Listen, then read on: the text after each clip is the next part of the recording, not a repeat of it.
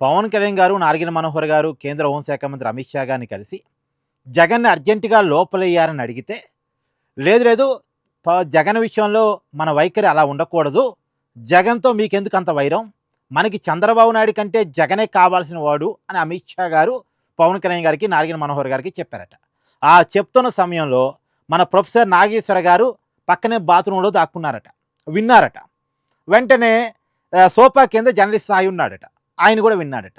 విన్నదాన్ని వీళ్ళు వీడియోలు చేసి, ఇగో అమిత్ షా గారు పవన్ కళ్యాణ్ గారితో ఇలా చెప్పారు, ఇలా చెప్పారు, మాకు పలానోళ్ళు చెప్పారని చెప్పేసి వీడియోలు చేస్తున్నారు. ఎంత విచిత్రం అండి. జగన్‌ని లోపలెయ్యాలని పవన్ కళ్యాణ్ గారు అమిత్ షా గారిని అడిగారా? అమిత్ షా గారు లేదు లేదు జగన్ మనకు కావాల్సినోడు చంద్రబాబు నాయుడు కంటే అని చెప్పారా? ఏంటండి ఇది? అంటే ఒక అబద్ధాన్ని నమ్మించడానికి. నిజానికి అమిత్ షా గారు చెప్పింది నిజమే అనుకోండి. అమిత్ షా గారు ఏదో పర్సనల్‌గా చెప్పుంటారు పవన్ కళ్యాణ్ గారికి. అది బయట చెప్పడానికి కాదుగా. ఆయనొచ్చి వాళ్ళ పార్టీ కోర్ కమిటీ నాయకులు చెప్పారట. ఒకవేళ కోర్ కమిటీ సభ్యులకి పవన్ కళ్యాణ్ గారు చెప్పారు అనుకుందాం. అదే నిజం అనుకుందాం. చెప్పినప్పుడే చెప్తారుగా బయట ఎవరికీ చెప్పొద్దని. కానీ ఆ కోర్ కమిటీ సభ్యులట వీళ్ళకి ఫోన్ చేసి, మీరు పబ్లిక్‌గా వీడియో చేసేయండి.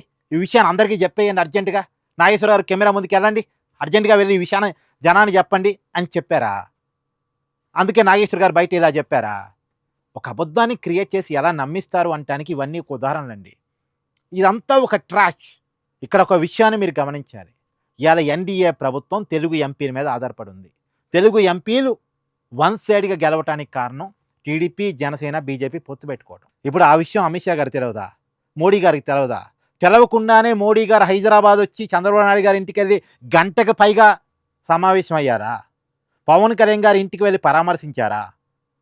ఏవండి అంటే మేధావి రూపంలో ఒక అబద్ధాన్ని ప్రజలకి చెప్పటానికి జరుగుతున్న పరిణామాలు మీరేమనుకుంటున్నారు కూడా కామెంట్ చేసే ప్రయత్నం చేయండి.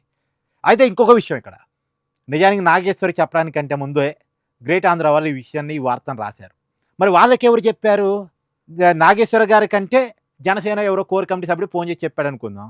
గ్రేట్ ఆంధ్ర వాళ్ళకి ఎవరు చెప్పారు? నాగేశ్వర గారు ఫోన్ చేసి చెప్పారా? లేదా ఈ జనసేన కోర్ కమిటీ వాళ్ళకి గ్రేట్ ఆంధ్ర వాళ్ళకి కూడా చెప్పారా? వైసీపీ వెబ్సైట్ వాళ్ళకి? అంటే ఇది వైసీపీ వాళ్ళ గేమ్‌లో భాగం అనటానికి ఇదొక ఉదాహరణ. మీ అభిప్రాయాన్ని కామెంట్ చేయండి.